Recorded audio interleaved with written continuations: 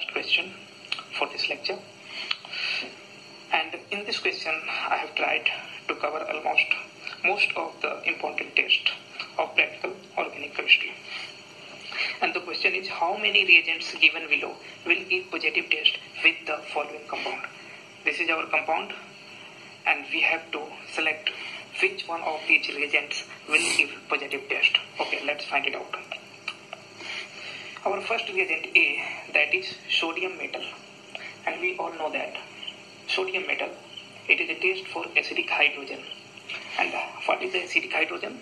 So acidic hydrogen is the hydrogen attached with more electronegative elements like oxygen, nitrogen, sulfur, halogens, and sp carbon. Sp carbon is also electronegative in nature, that in case of terminal alkyne or acetylene. So the hydrogen attached with sp carbon is also acidic. So in this case, we have I have given one OH group. So this is acidic hydrogen. So this hydrogen is acidic in nature because this hydrogen is attached with oxygen.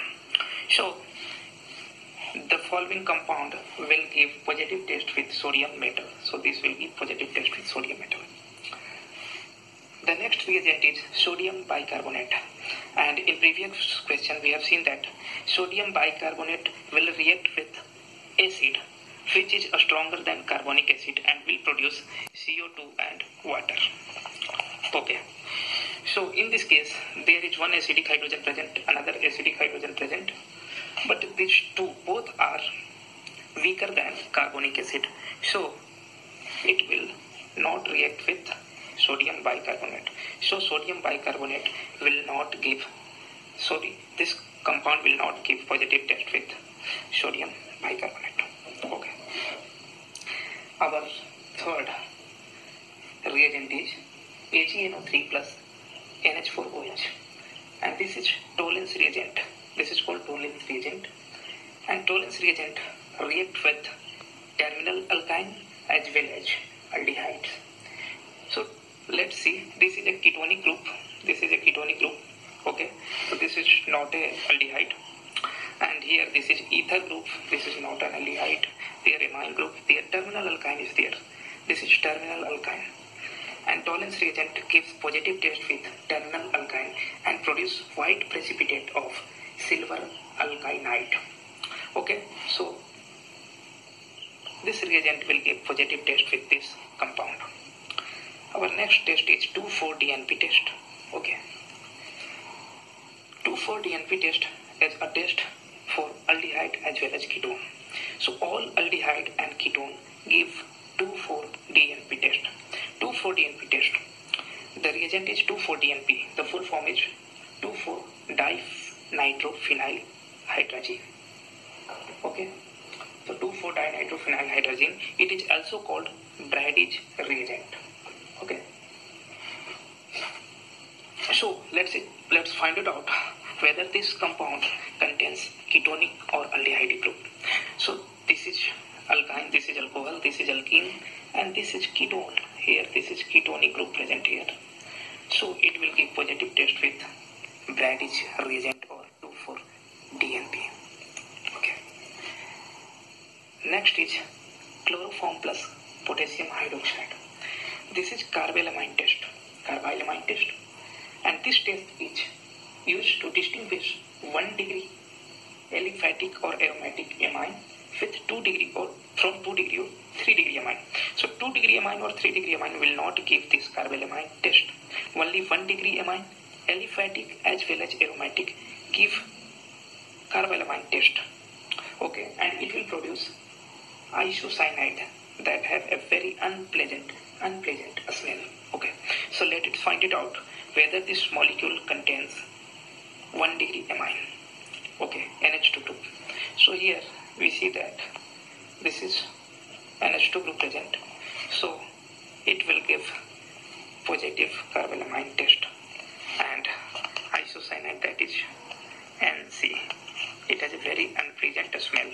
So compound containing this NC group is having a very bad odor. Okay. Our next reagent is anhydrous zinc chloride plus HCl. Okay. This is also called Lucas reagent.